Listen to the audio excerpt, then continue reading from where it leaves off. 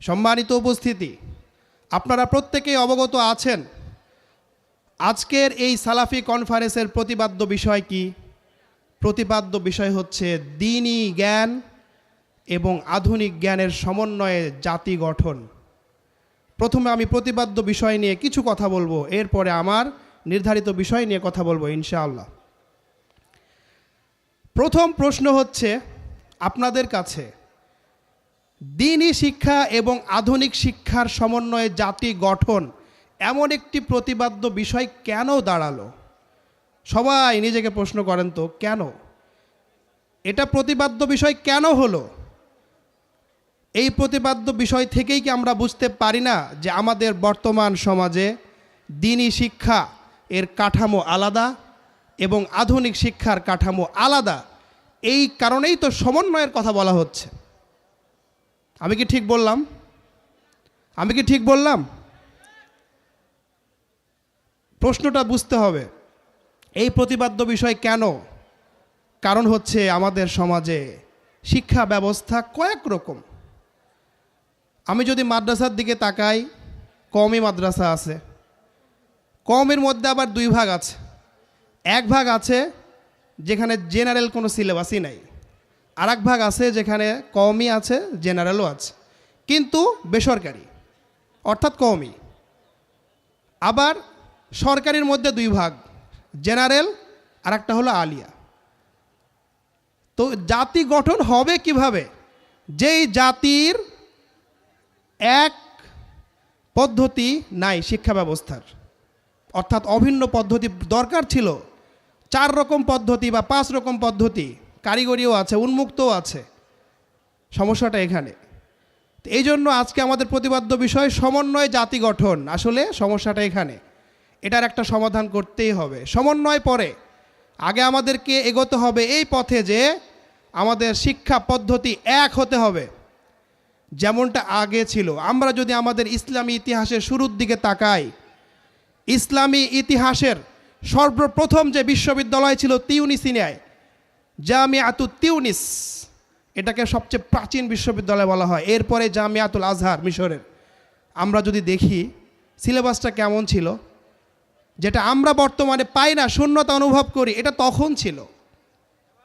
অর্থাৎ দ্বীনি শিক্ষা এবং আধুনিক শিক্ষা উভয়ের সমন্বয়ই ছিল একটা লেভেল পর্যন্ত, যেটাকে সানাবিয়া বলা হয়, অর্থাৎ ইন্টারমিডিয়েট, উচ্চ মাধ্যমিক পর্যন্ত ছিল।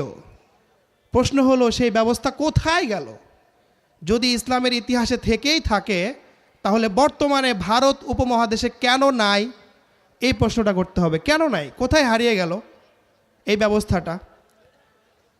তো আমরা যারা ইতিহাস জানি, আমি খুব বেশি বিস্তারিত বলবো না এই বিষয়ে, যারা ইতিহাস জানি আমরা জানি যে এই সমস্যাটা তৈরি হয়েছে মূলত ইংরেজদের কারণে। ইংরেজ উপনিবেশ, আমরা উপনিবেশিক শাসনে ছিলাম অনেক শত শত বছর।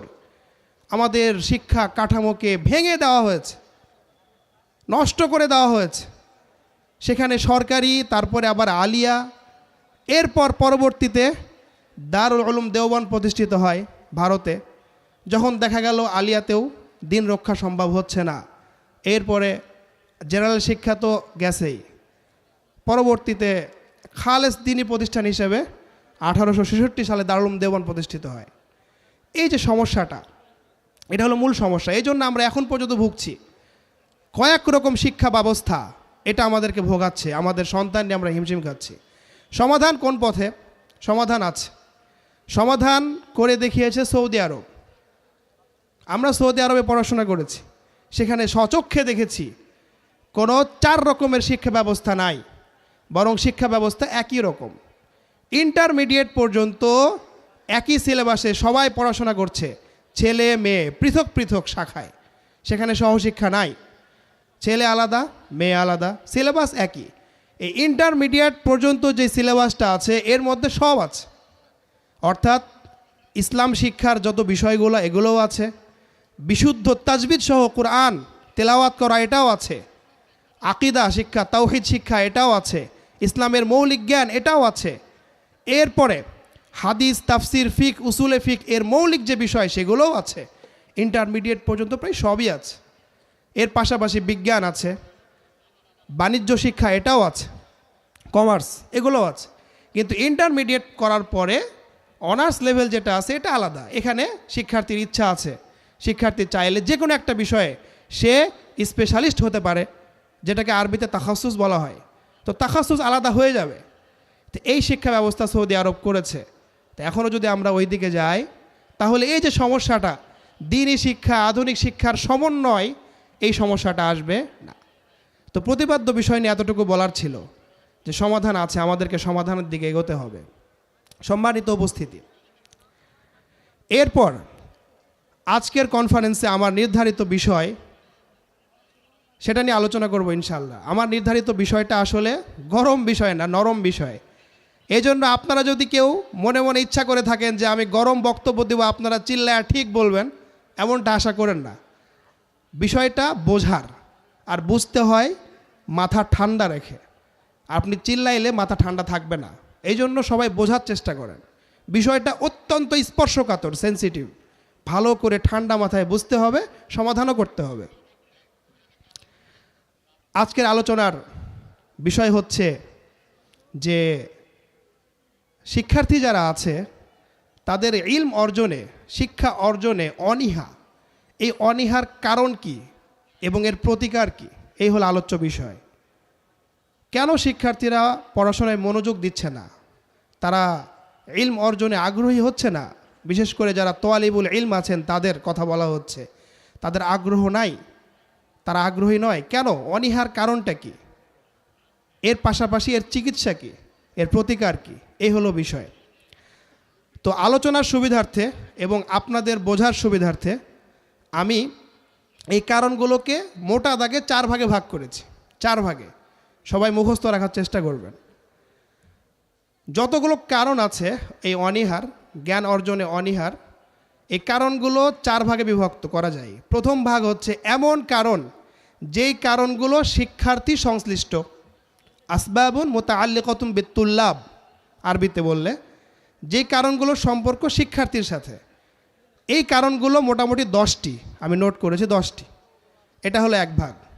এরপরে কিছু কারণ আছে যেই কারণগুলো সম্পর্ক শিক্ষার্থীর পিতামাতার সাথে, অভিভাবক গার্ডিয়ানের সাথে। গার্ডিয়ানও এক্ষেত্রে দায়ী আছে যে তার সন্তান মনোযোগী না পড়াশোনায়, অনীহা আছে, এক্ষেত্রেও দায়ী আছে। এটা হলো দ্বিতীয়। তৃতীয় ভাগ হচ্ছে এমন কারণ অনীহার যেই কারণগুলোর সম্পর্ক প্রতিষ্ঠানের সাথে, অর্থাৎ একটা শিক্ষার্থীর অমনোযোগিতার পেছনে প্রতিষ্ঠানেরও দায় আছে, জানতে হবে। 4 নম্বর হচ্ছে সর্বশেষ যে ভাগটা, সেটা হলো এমন কারণ যে কারণের সম্পর্ক হচ্ছে শিক্ষকের সাথে। শিক্ষকও অনেক সময় শিক্ষার্থীর অমনোযোগিতার অনীহার কারণ হতে পারে। এই হলো মোট 4টি কারণ, 4 ধরনের কারণ। সর্বপ্রথম আমরা আলোচনা করব শিক্ষার্থীর কারণ। যেই সমস্ত কারণে শিক্ষার্থী অমনোযোগী হয়, এই কারণগুলো বুঝবো এবং এর সমাধান কি হতে পারে। পবিত্র কোরআন, সহিহ হাদিস এবং সালাফে সালেহিন তাদের দিক নির্দেশনা অনুযায়ী কিভাবে আমরা এই সংকটটা কাটিয়ে উঠতে পারি, আমরা বোঝার চেষ্টা করব ইনশাআল্লাহ। প্রথম কারণ শিক্ষার্থীর ক্ষেত্রে অনীহার, অমনোযোগিতার, সেটা হচ্ছে আদামুল ইখলাস, ইখলাস না থাকা। এটা বোঝার আগে আমাদেরকে একটু সংক্ষিপ্ত ভূমিকা বুঝতে হবে। দেখেন, ইলমে দ্বীন যেটা আছে এটা কোনো সাধারণ জ্ঞান নয়। ইলমে দ্বীন যেটা আছে এটা একটা ইবাদত। ইলমে দ্বীনের মধ্যে কিছু ইলম এমন আছে যেটা শিক্ষা করা ফরজে আইন, কিছু বিষয় এমন আছে যা জানা ফরজে কিফায়া, কিছু বিষয় এমন আছে যা জানা ওয়াজিব, কিছু বিষয় এমন আছে যা জানা মুস্তাহাব, কিছু বিষয় এমন আছে যা জানা মুবাহ। এই জন্য ভাগ আছে। তো আমি যদি এক কথায় বলি তাহলে ইলমে দ্বীন হচ্ছে ইবাদত। আর প্রত্যেকটা ইবাদত কবুল হওয়ার জন্য 2টি শর্ত, 2টি শর্ত। এটা হচ্ছে বাতেনি শর্ত, মানে যেটা দেখা যায় না, আর কিছু শর্ত থাকে যেগুলো দেখা যায়। তা আমি শুধু বাতেনি শর্তের কথা বলবো। 2টি শর্ত লাগবেই লাগবে। যত ইবাদত আছে কবুল হওয়ার জন্য 2টা শর্ত অবশ্যই লাগবে। 1 নম্বর হচ্ছে ইখলাস, 2 নম্বর হচ্ছে মাহাব্বত। ইখলাস মানে হলো জাআলুশ শাই খালিসান লিল্লাহি তাআলা, যে কোনো কাজ, যে কোনো কথা, বিশেষ করে যে কোনো ইবাদতকে শুধুমাত্র আল্লাহ তাআলার সন্তুষ্টির জন্যই করা, অন্য কোনো ব্যক্তি, অন্য কোনো বস্তু, অন্য কোনো বিষয় এই উদ্দেশ্যই হবে না। শুধু উদ্দেশ্য হবে কে? আল্লাহ তাআলা। শুধুমাত্র আল্লাহ তাআলার সন্তুষ্টি লাভের জন্য যদি কোনো ইবাদত করা হয়, তাহলে বুঝতে হবে এই ইবাদতটা এর মধ্যে ইখলাস পাওয়া গেছে। তো ইবাদত কবুল হওয়ার জন্য এক নম্বর শর্ত হচ্ছে ইখলাস থাকতে হবে। শুধু আল্লাহর সন্তুষ্টি, আর কোনো বিষয় না। না মানুষের প্রশংসা, না লৌকিকতা, লোক দেখানো, না কেউ টাকা পয়সা দিবে এই জন্য, না নিজের ভালো লাগে, আত্মমুগ্ধতা, না সুখ্যাতি, না কোনো কারণই না। শুধুমাত্র আল্লাহর সন্তুষ্টি লাভের জন্য ইবাদত করতে হবে, না হলে ইবাদত কবুল হবে না।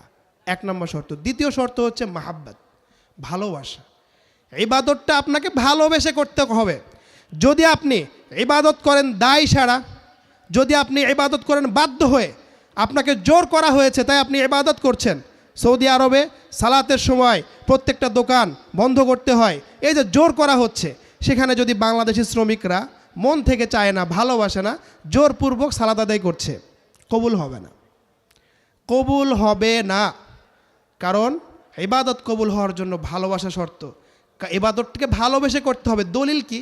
দলিল আছে পবিত্র কোরআনে। মুনাফিকদের ব্যাপারে আল্লাহ তাআলা বলছেন, লা ইয়াতুনা সলাতা ইল্লা ওয়াহুম কুসালা ওয়ালা ইউনফিকুনা ইল্লা ওয়াহুম কারিহুন। মুনাফিকরাও কিন্তু ইবাদত করত, কিন্তু তারা ভালোবাসা নিয়ে ইবাদত করত না। তাহলে আপনার ইবাদত আর মুনাফিকের ইবাদতের মধ্যে পার্থক্য কোথায়? কোথায় পার্থক্য? ভালোবাসায় পার্থক্য। আল্লাহ তাআলা বলছেন, লা ইয়াতুনা সলাতা ইল্লা ওয়াহুম কুসালা। অলসতা করে আসে, মানে মন চায় না। এখন দেখছে যে যেহেতু আল্লাহর নবী আছেন জীবিত, ওহী নাজিল হয়ে যেতে পারে, বলা হতে পারে যে অমুক মুনাফিক। এই ভয়ে সামাজিক খ্যাতি নষ্ট করতে চায় না, রেপুটেশন ঠিক রাখার জন্য আসে জামাতে হাজির হয়। এরকম লোক আছে। আমি আমার নিজের চোখে দেখেছি, স্বচক্ষে। বসুন্ধরায় নাস্তিক, অথচ সে জুমার সালাত আদায় করতে আসে। সে নিজেই বলছে যে সামাজিকতার কারণে আসছে। তেমন লোক আছে। নাস্তিক তো আল্লাহকে বিশ্বাস করে না, তারপরও জুমার সালাত আদায় করতে আসছে। কেন? সামাজিকতা। ঈদের সালাত আদায় করে কেন? সামাজিকতা। নিজে বলছে, আমি নিজ কানে শুনেছি। তো এই হলো অবস্থা। তো কবুল হবে না, ভালোবাসা লাগবে। এরপরে বলছে ওয়ালা ইউনফিকুনা ইল্লা ওয়াহুম কারিহুন। আজকে আমরা জুমার খুতবায় সাদাকার অনেক ফজিলত শুনেছি। আমাদের শ্রদ্ধেয় শায়েখ হাফিজাহুল্লাহ অনেক ফজিলত বলেছেন, তাই না? তো মুনাফিকরাও কি করতো? সাদকা করতো, কিন্তু ইল্লা ওয়াহুম কারিহুন, মন থেকে করতো না, বাধ্য হয়ে করতো। অর্থাৎ সাদকা না করলে ধরা খেয়ে যাবে যে মুনাফিক, এই ভয়ে সাদকা করতো। তাহলে ভালোবাসা নাই। তো এখান থেকে বোঝা গেল ইবাদত মুনাফিকরাও করতো, কিন্তু ভালোবাসা নিয়ে করতো না। ভালোবাসা না নিয়ে ইবাদত করলে ইবাদত কখনোই কবুল হবে না। আপনার ভালোবাসা না, ইখলাসও তো আসবে না। তো সম্মানিত উপস্থিতি, যেটা বলছিলাম, ইবাদত কবুল হওয়ার জন্য ইখলাস লাগবে, ভালোবাসাও লাগবে। এখন আমরা চলে আসি ইলমে দ্বীনের ক্ষেত্রে। ছাত্রদের পড়াশোনায় অমনোযোগিতা, অনীহার এক নম্বর কারণ হচ্ছে ইখলাস না থাকা, ভালোবাসা না থাকা। ইলম হচ্ছে ইবাদত।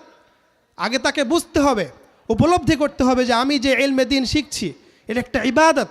বরং সালাফে সালেহিনরা তারা মনে করতেন একজন রাত্রি জেগে মাসায়েল পড়ছে, ফিকহের মাসাইল শিখছে, রাত্রি জেগে হাদিস মুখস্থ করছে, রাত্রি জেগে হাদিসের ব্যাখ্যা গ্রন্থগুলো মুরাজাআ করছে, মুতালা করছে, এই ছাত্রের আমল নামা ওই ব্যক্তির থেকে ভারী হবে যে ব্যক্তি সারা রাত ধরে নফল তাহাজ্জুদ আর কিয়ামুল লাইল করছে, তার থেকেও বেশি হবে। বুঝতে হবে। তো এই জন্য এটা একটা ইবাদত, আর ইবাদতের জন্য ইখলাস লাগবে, পাশাপাশি ভালোবাসা লাগবে। এই জিনিসটা বর্তমানে একদম অনুপস্থিত। আমরা যদি এখন তোয়ালিবুল ইলম ভাইদেরকে জিজ্ঞেস করি, এই প্রতিষ্ঠান হোক ওই প্রতিষ্ঠান হোক, কেন আপনি পড়াশোনা করছেন, খুব কমই আছে যারা সঠিক উত্তর দিতে পারবে। তো ইখলাসের বিষয়ে বিশেষ করে যারা ছাত্র আছেন এবং পাশাপাশি এখানে গার্ডিয়ান আছেন, আপনারা গার্ডিয়ান আছেন, আপনার পরিবারের যারা পড়াশোনা করে বা করাবেন তাদেরকেও শেখাবেন। পাশাপাশি পর্দার আড়ালে মা বোন যারা আছেন, আপনারাও গার্ডিয়ান আছেন, আপনারাও শেখাবেন যে ইখলাস কিভাবে আনবে। এক নম্বর হচ্ছে শুধু আল্লাহর সন্তুষ্টি অর্জনের জন্যই, ইলমে দ্বীন অর্জনের জন্য সে এসেছে মাদ্রাসায়, প্রতিষ্ঠানে। এক। দুই নম্বর হচ্ছে আমল করার জন্য, আমলের নিয়ত করা, এটাও ইখলাসের অন্তর্ভুক্ত। সে এলেম শিখছে কেন? নিজে আমল করবে, এরপরে দাওয়া এবং তাবলীগ প্রচার করবে, পরিবারে আলো ছড়াবে, সমাজে আলো ছড়াবে, রাষ্ট্রীয় পর্যায়ে আলো ছড়াবে, এমনকি আন্তর্জাতিক পর্যায়ে ইলমের আলো ছড়িয়ে দিবে। এই নিয়তে সে ইলম অর্জন করবে। তো এই নিয়তগুলা ইখলাসের অন্তর্ভুক্ত। এগুলো করতে হবে, জানতে হবে। 1 নম্বর সমস্যা এটা, যেহেতু ইখলাস নাই এই জন্য মনোযোগও নাই, পড়াশোনার ক্ষেত্রে কোনো মনোযোগ নাই। 1 নম্বর কারণ। তো এই ক্ষেত্রে ইখলাস যে জরুরি এই বিষয়ে শুধু একটি হাদিস আমরা জানব। একটি হাদিস, যেহেতু আলোচনা লম্বা হয়ে যাবে, একটি হাদিস। সুনান আবি দাউদ এই হাদিসটি বর্ণিত হয়েছে। বিশিষ্ট সাহাবী আবু হুরায়রা রাদিয়াল্লাহু তাআলা আনহু থেকে বর্ণিত। তিনি বলেন, রাসূলুল্লাহ সাল্লাল্লাহু আলাইহি ওয়াসাল্লাম বলছেন, আপনারা দুরূদ পড়লেন না কেন? সাল্লাল্লাহু আলাইহি ওয়াসাল্লাম। হাদিসের মধ্যে যারা দুরূদ পড়ে না, রাসূলের নাম শুনলেও তাদেরকে কৃপণ বলা হয়েছে। তা আপনারা কি কৃপণ হতে চান? আপনারা কি কৃপণদের তালিকায় নাম লেখাতে চান? তাহলে কেন পড়ছেন না? অথচ আপনি যদি দুরূদ পাঠ করেন, এর ফজিলত কত জানেন? অনেক ফজিলত। আপনার নাম, আপনার পিতার নাম সহ একজন ফেরেশতা রাসূলুল্লাহ সাল্লাল্লাহু আলাইহি সাল্লামের কাছে গিয়ে বলবে, অমুকের ছেলে অমুক আপনার জন্য দুরূদ প্রেরণ করেছে। সুবহানাল্লাহ বলবেন না? চিন্তা করেন কত ফজিলত। কেন বলছেন না দুরূদ? সুযোগ এসেছে এত বড় ফজিলতের, আপনার নাম উচ্চারিত হবে বিশ্বনবীর কাছে, আপনার পিতার নামও উচ্চারিত হবে। এই জন্য কার্পণ্য করবেন না। তো বলছিলাম, রাসূলুল্লাহ সাল্লাল্লাহু আলাইহি ওয়াসাল্লাম তিনি বলছেন, মান তাআল্লামাল ইলমা মিম্মা ইবতাগা বিহি ওয়াজহুল্লাহ। যেই ছাত্র, যেই তালিবুল ইলম এমন ইলম অন্বেষণ করার জন্য বের হয়েছে, অন্বেষণ করছে, যেই ইলম দ্বারা শুধু আল্লাহর সন্তুষ্টি অর্জন করা হয়, অর্থাৎ ইলমে দ্বীন উদ্দেশ্য। এরপরে বলা হচ্ছে, লা ইয়াতাআল্লামুহু ইল্লা লিইউসিবা বিহি আরাদাম মিনাদ দুনিয়া। অথচ এই ইলমে দ্বীন সে অর্জন করছে দুনিয়া লাভের জন্য। অর্থাৎ ইলমে দ্বীন শিখছে ভালো বক্তা হবে। ইলমে দ্বীন শিখছে কেন? ওলামাদের সাথে বিতর্ক করবে, মোনাজারা করবে, বাহাস করবে, বিতর্ক করবে। আলেম হচ্ছে কেন? লোকে আলেম বলবে তাই, সম্মান করবে। এই সমস্ত উদ্দেশ্য, অর্থাৎ ইখলাস বিন্দুমাত্র নাই।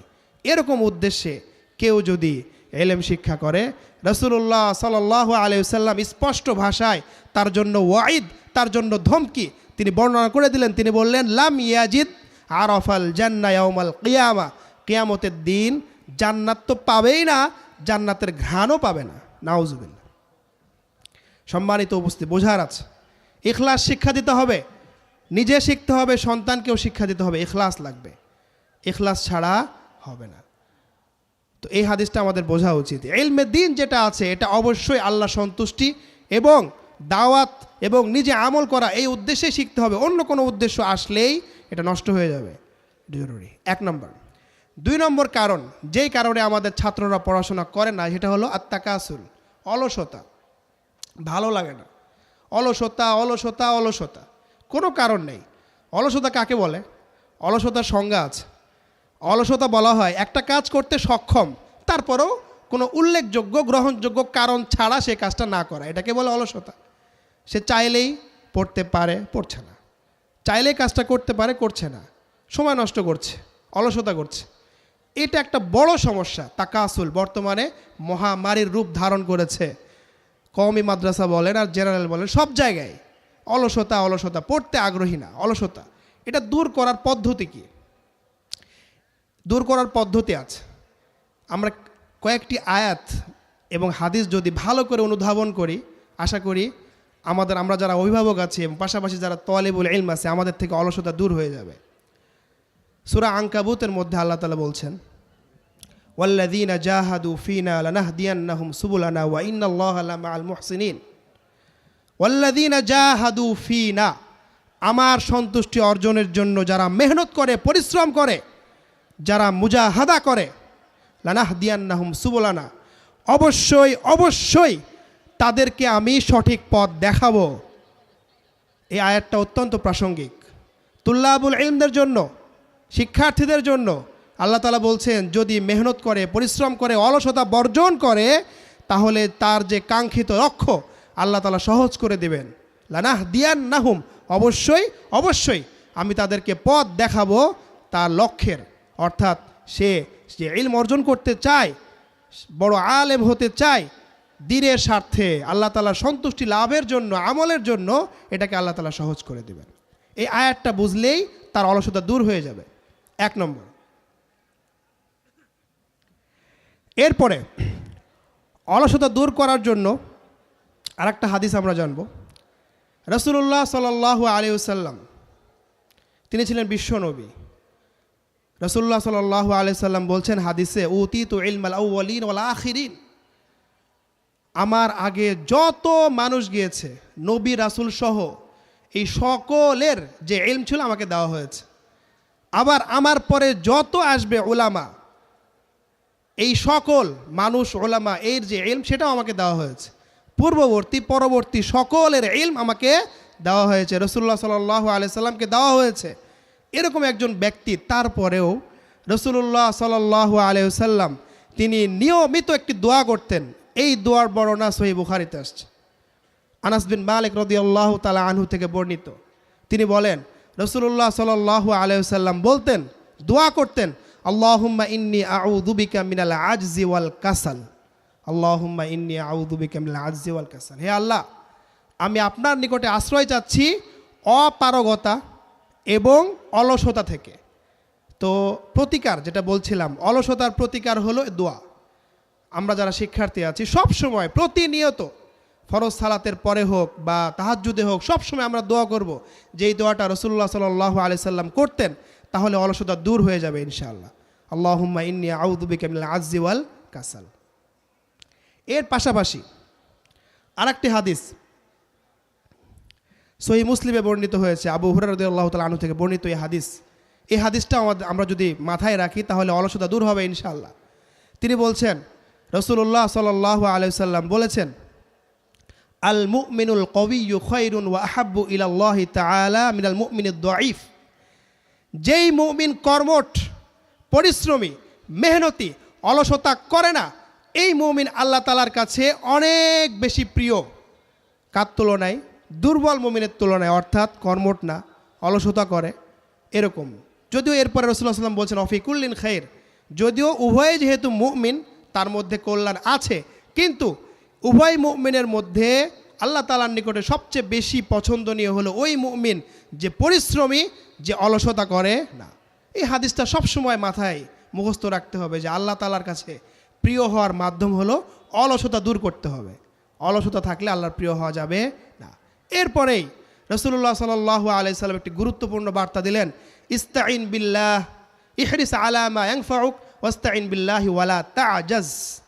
রাসূলুল্লাহ সাল্লাল্লাহু আলাইহি সাল্লাম বলছেন, যেই কাজটা তোমার জন্য উপকারী সেই কাজে তুমি আগ্রহী হও। ইহরিস আলা মা ইয়ানফাউক। তো এখন আমরা যারা শিক্ষার্থী আছি, আমরা ভালো করেই জানি ইলমে দ্বীন এটা হচ্ছে নাফে, এটা উপকারী, এর মধ্যে ক্ষতিকর কিচ্ছু নাই, পুরোটাই উপকারী। তো উপকারী একটা জিনিসের ক্ষেত্রে, উপকারী প্রত্যেকটা কাজের ক্ষেত্রে রাসূলুল্লাহ সাল্লাল্লাহু আলাইহি সাল্লাম আদেশ করছেন, ইহরিস, আগ্রহী হও, অলসতা দূর করো। আমাকে বুঝতে হবে যেন রাসূলুল্লাহ সাল্লাল্লাহু আলাইহি সাল্লাম সশরীরে আমার কানে এসে বলছেন ইহরিস আলা মা ইয়ানফাউক। যদি এটা আমরা উপলব্ধি করি, ইনশাআল্লাহ অলসতা দূর হয়ে যাবে। এরপরে বলছেন ওয়াস্তাইন বিল্লাহি ওয়ালা তা'জাজ। অনেক সময় অলসতা আসে কেন? মনে হয় যে না, পারবো না, আমার মেধা দুর্বল, আমি A+ পাবো না, আমার মেধা দুর্বল, আমি ছাত্রদের মধ্যে 1 থেকে 5 এই সিরিয়ালের মধ্যে আসতে পারবো না। না, রাসূলুল্লাহ সাল্লাল্লাহু আলাইহি সাল্লাম বলেন ইস্তাইন বিল্লাহি ওয়ালা তা'জাজ, আল্লাহর কাছে সাহায্য চাও। কারণ যেই মেধা সৃষ্টিগতভাবে আল্লাহ তাআলা তোমাকে দিয়েছেন, সেই আল্লাহ তাআলাই এই মেধাকে বহু গুণে বাড়িয়ে দিতে পারেন। এই জন্য আল্লাহর কাছে সাহায্য চাও। ইস্তাইন বিল্লাহ ওয়ালা তা'জাজ, অপারগতা প্রকাশ করো না, পারবো না বলো না, বাহানা করিও না। এই হাদিসটা আমাদের বুঝতে হবে। আল্লাহ তাআলা তৌফিক দান করুন, আমিন। এরপর আরেকটি কারণ, এই কারণটা খুবই গুরুত্বপূর্ণ কারণ, অর্থাৎ কেন অনীহা শিক্ষার্থীদের মধ্যে আসে, এটাকে বলা হয় কুসুরুল হিম্মা, অর্থাৎ হিম্মত নাই। উচ্চ আকাঙ্ক্ষা লাগবে, সাহস লাগবে, যেটাকে উলুউল হিম্মা বলে, এটা নাই। কুসুরুল হিম্মা, হিম্মতই নাই, হিম্মতের ত্রুটি আছে। একটা ছাত্র যখন দেখে জামিয়া সালাফিয়া রাজশাহীতে এমনও শ্রেণী আছে ছাত্র 100-রও বেশি। তো দেখা গেল 100-র বেশি ছাত্র, আমি কিভাবে ফার্স্ট সেকেন্ড থার্ড হতে পারবো? শুরুতেই তার হিম্মতই নাই, উসুরুল হিম্মা হয়ে গেছে। এটা একটা বড় কারণ। হিম্মত লাগবে, হিম্মত ছাড়া কখনোই লক্ষ্যে পৌঁছা যাবে না, হিম্মত লাগবে। তো এটা একটা বড় কারণ, কুসুরুল হিম্মা। অনেক ছাত্র আছে হিম্মত করতে পারে না, তার হিম্মতে দুর্বল। যে ছাত্র চিন্তা করে যে পরীক্ষায় কোনো মতো পাশ করলেই হবে, সেই ছাত্র কিন্তু ফেল করবে। যেই ছাত্র চিন্তা করে পরীক্ষায় আমি 60 পাবো, আমার লক্ষ্য এটা, সে 60 পাবে না, পাবে 50। যে ছাত্র টার্গেট হলো যে আমি পাবো 80, সে 80 পাবে না, কম পাবে। এই জন্য টার্গেট বেশি রাখতে হবে, এটাই হলো উলুবুল হিম্মা। যে ছাত্র টার্গেট হলো 100-তে 100ই পাবে, দেখা যাবে এই ছাত্রটা 100 টার্গেটে যে মেহনতটা করলো, এই মেহনতের ফলাফলে আল্লাহ তাআলা খুশি হয়ে তাকে 100 না দিলেও 95 দেবেন ইনশাআল্লাহ। এই জন্য উলুবুল হিম্মা লাগবে, হিম্মত নিয়ে আসতে হবে। হিম্মত আনার পদ্ধতি কি, মানে প্রতিকার। আমাদের যে হিম্মতটা নাই শিক্ষার্থীদের মাঝে, প্রতিকারটা কি, এটা আমরা জানবো ইনশাআল্লাহ। হিম্মত বাড়ানোর জন্য বেশি না, মাত্র 2টা অথবা 3টে আয়াত যথেষ্ট। 1 নম্বর, কেন আপনার হিম্মত নাই? তুল্লাবুল ইলম, আপনাদেরকে সম্বোধন করে বলছি, কেন আপনার মধ্যে হিম্মত নাই? আপনি লক্ষ্য করেন তো, আমরা যারা মুসলিম আছি, আমরা যারা মুসলমান আছি, আমাদের সবচাইতে বড় সম্পদ কি জানেন? ওহী। আমাদের সবচেয়ে বড় সম্পদ হচ্ছে ওহী। আমাদের যে জ্ঞান আছে, আমাদের যে ইসলাম আছে, ইসলামের মূল 2টি উৎস কুরআন এবং হাদিস। এই হাদিসের মূল হচ্ছে ওহী। অন্য কোনো ধর্মের এরকম কোনো উৎস গ্রন্থ নাই। এই কোরআন এবং হাদিস যার মূল হলো ওহী, ওহীর মাধ্যমেই মহান আল্লাহ তাআলা, যিনি এত মহান, যিনি আমাদের দৃষ্টির বাইরে, এত মহান, না দেখেও যাকে আমরা নিজের অস্তিত্বের চাইতেও, যার অস্তিত্বকে সবচেয়ে বেশি বিশ্বাস করি আমরা, সেই মহান সত্তার সাথে আমাদের একটা সম্পর্ক হলো ওহী। সম্পর্কের মাধ্যমেই, ওহীর মাধ্যমে আমাদের মাঝে সম্পর্ক হয়েছে। কারণ ওহী কখন আসে? অনেকে এই বিষয়টা বোঝে না। ওহী সেখান থেকে শুরু হয় যেখানে আপনার যুক্তি শেষ। আপনার যুক্তির দৌড় যেখানে শেষ, সেখান থেকে শুরু হয় ওহী। কারণ জ্ঞান অর্জনের অনেক মাধ্যম আছে, তার মধ্যে একটা মাধ্যম আছে কি, পঞ্চ ইন্দ্রিয়। আমরা বলি আমরা দেখে শুনে স্পর্শ করে জ্ঞান অর্জন করি, কিন্তু যেখানেই পঞ্চ ইন্দ্রের খেলা শেষ, সেখান থেকে ওহী শুরু। আমরা যেগুলো দেখতে পাই না, ছুঁইতে পারি না, আমরা যেগুলো স্পর্শ করতে পারি না, সেই সমস্ত বিষয়ে, গায়েবী বিষয়ে আমাদেরকে এলেম দিয়েছেন কে? আল্লাহ তাআলা, ওহীর মাধ্যমে। সেটা আমাদেরকে বুঝতে হবে। ওহী, ওহী, ওহী এত বড় একটা বিষয়। ওহী আমাদের ঐতিহ্য, ওহী আমাদের গর্ব। কোনো ধর্মের মধ্যে ওহীর কোনো বিষয় নাই। অন্যান্য ধর্মের, বিশেষ করে যে কেন আমাদের হিম্মত আসে না, হিম্মত নিয়ে আসতে হবে। যেই রাসূলুল্লাহ সাল্লাল্লাহু আলাইহি ওয়াসাল্লামকে সর্বশ্রেষ্ঠ মানব বানিয়েছেন আল্লাহ তাআলা, সেই রাসূলুল্লাহ সাল্লাল্লাহু আলাইহি ওয়াসাল্লামকে আল্লাহ তাআলা কোনো বিষয়ে বলেননি যে আপনি এটা বেশি পাওয়ার জন্য দোয়া করেন। কোনো বিষয় নাই, একমাত্র ইলম, একমাত্র ইলম। আল্লাহ তাআলা কি বলছেন? অকুর রব্বি জিদনি ইলমা। হে নবী, আপনি দোয়া করেন, আল্লাহর কাছে চান, রব্বি জিদনি ইলমা, আমার প্রতিপালক আমার ইলমকে আপনি বৃদ্ধি করে দিন, বাড়িয়ে দিন। তো ইলম হলো একমাত্র বিষয়, যেই বিষয়ের আধিক্যের জন্য, বাড়িয়ে দেওয়ার জন্য রাসূলুল্লাহ সাল্লাল্লাহু আলাইহি সাল্লামকে দোয়া করতে আদেশ করা হয়েছে। এটা আপনার বুঝে আসে না হে তালিবুল ইলম। আফসোসের বিষয়, ইলম কতটা মর্যাদাপূর্ণ, কতটা গুরুত্বপূর্ণ যে রাসূলুল্লাহ সাল্লাল্লাহু আলাইহি সাল্লামের মতো বিশ্বের শ্রেষ্ঠ মানব, মহামানব, তাকে অন্য কোনো বিষয় বাড়িয়ে দেওয়ার জন্য দোয়া করতে বলা হয়নি, একমাত্র ইলমের কথা বলা হয়েছে। কেন আপনার হিম্মত আসে না? হিম্মত নিয়ে আসতে হবে। এরপর হিম্মত আনার জন্য ফজিলতের প্রয়োজন আছে। সম্মানিত উপস্থিতি, বোঝার চেষ্টা করি। দেখেন, আল্লাহ তাআলা আমাদেরকে সৃষ্টি করেছেন, আল্লাহ সৃষ্টি করেছেন, আল্লাহই ভালো করে জানেন আমাদের ভিতরে কি কি বৈশিষ্ট্য আছে। এর মধ্যে একটা বৈশিষ্ট্য আছে যে আমরা সবাই স্বার্থপর। আমরা প্রত্যেকেই কিন্তু স্বার্থপর, তবে স্বার্থের মধ্যে ভাগ আছে। কিছু স্বার্থ আছে দুনিয়া কেন্দ্রিক, আর কিছু স্বার্থ আছে আখিরাত কেন্দ্রিক। স্বার্থ থাকবেই থাকবে। দুনিয়া কেন্দ্রিক স্বার্থ নিন্দনীয়, কিন্তু আখিরাত কেন্দ্রিক স্বার্থ হচ্ছে প্রশংসনীয়। তো আল্লাহ তাআলা যেহেতু জানেন আমি সৃষ্টি করেছি বান্দাদেরকে, এরা সবাই স্বার্থপর, স্বার্থ ছাড়া কাজ করবে না, এই জন্য আল্লাহ তাআলা তো মালিক, তিনি চাইলে আদেশ করে শেষ করে দিতে পারেন যে হ্যাঁ তোমরা করো, সালাত আদায় করো, সিয়াম পালন করো, আদেশ করেই শেষ করে দিতে পারতেন, কিন্তু কেন তিনি ফজিলত বললেন? কেন বললেন যে সালাত আদায় করলে এই ফজিলত? তারপরে এক জুমা থেকে আরেক জুমা আদায় করলে সব গুনাহ ক্ষমা হয়ে যাবে। কেন বলা হচ্ছে সালাত ঠিক মতো আদায় করলে সকল অশ্লীল কাজ থেকে দূরে থাকতে পারবে? কেন বলা হচ্ছে যে সিয়াম হলো ঢাল স্বরূপ, সিয়াম সাক্ষ্য দিবে? কেন বলা হচ্ছে? কারণ আল্লাহ তাআলা ভালো করে জানেন যে আমি যাদেরকে সৃষ্টি করেছি এরা স্বার্থপর, শুধু আদেশ করলে করবে না, ফজিলত দিতে হবে।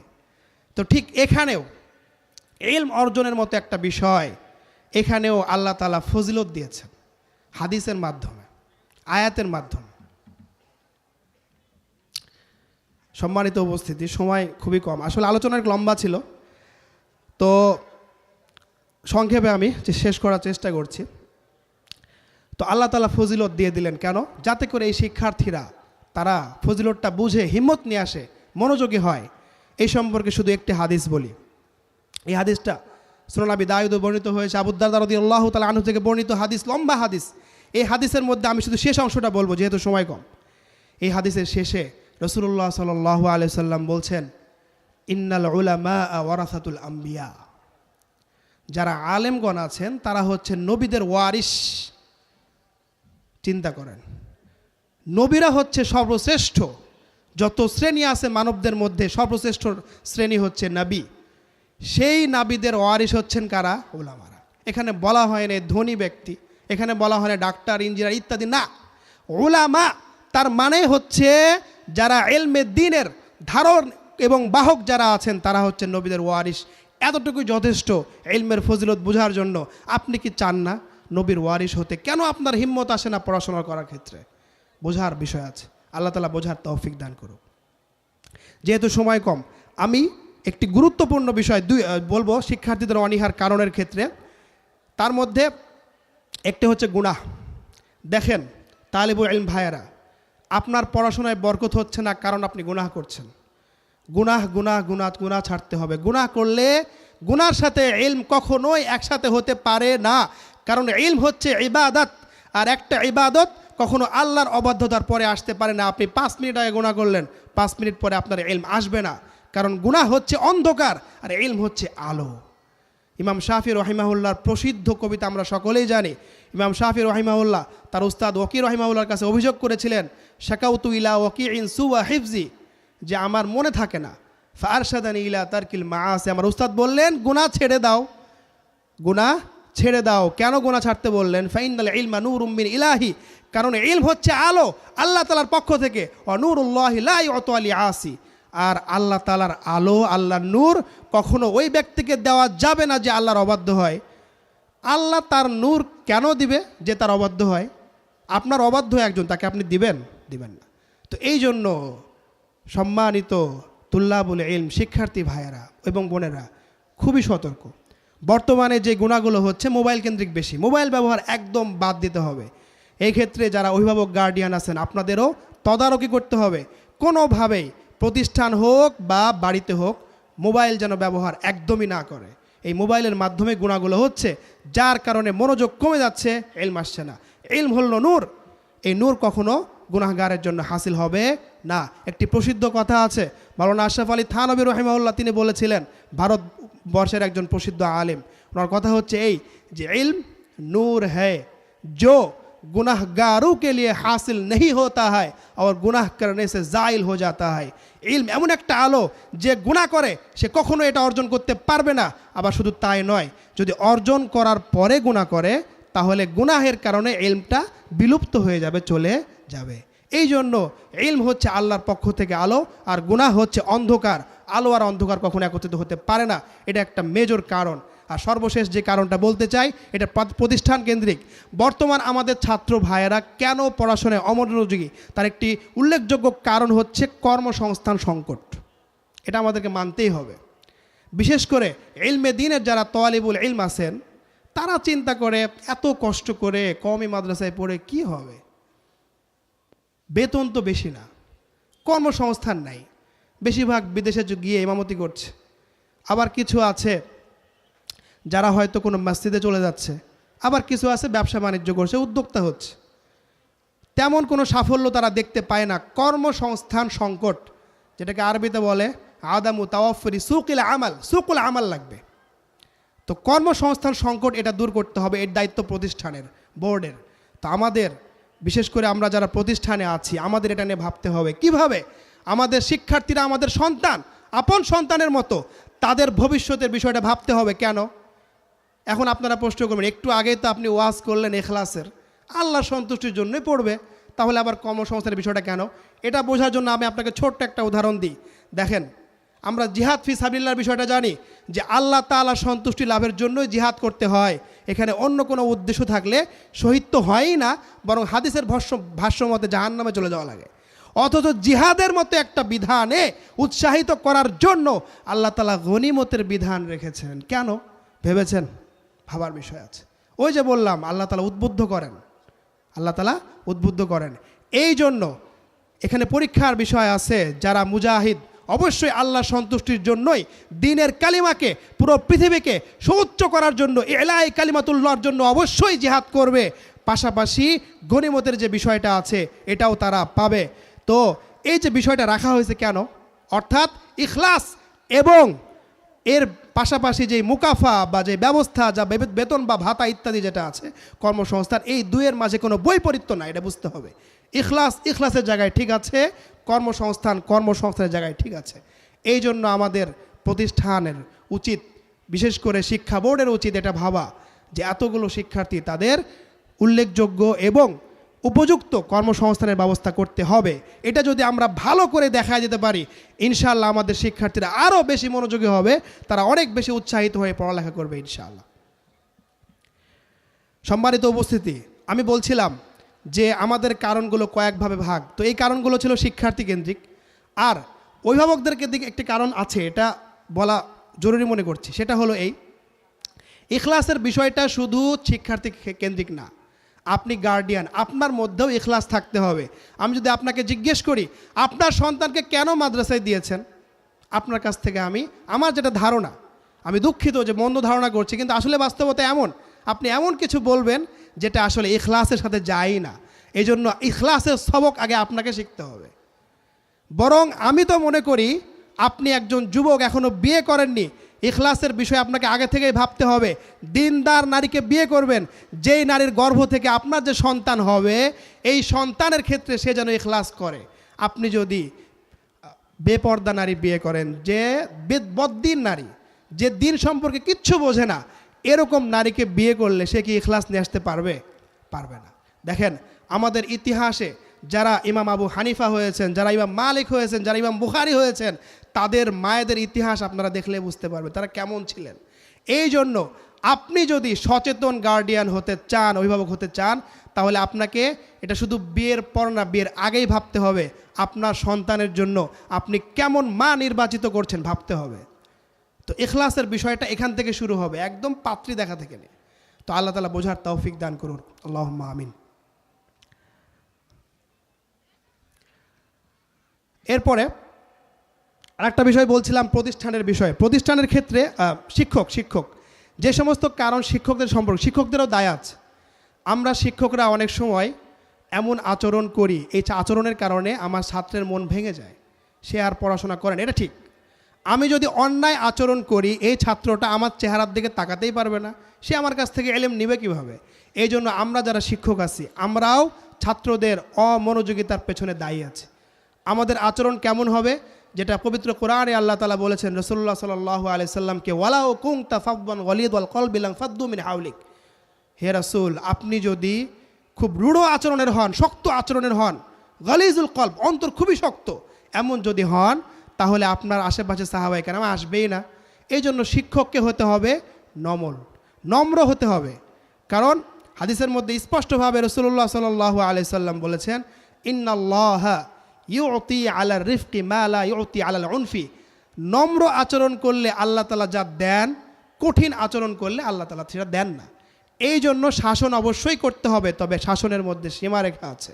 এমন শাসন করা যাবে না যেটা ব্যক্তি ক্রোধের বহিঃপ্রকাশ হয়, এমন শাসন করা যাবে না যেটা শরীয়তের বিধিনিষেধকে একদম তোয়াক্কা করে না, এমন শাসন করা যাবে না যেটা জুলুম হয়।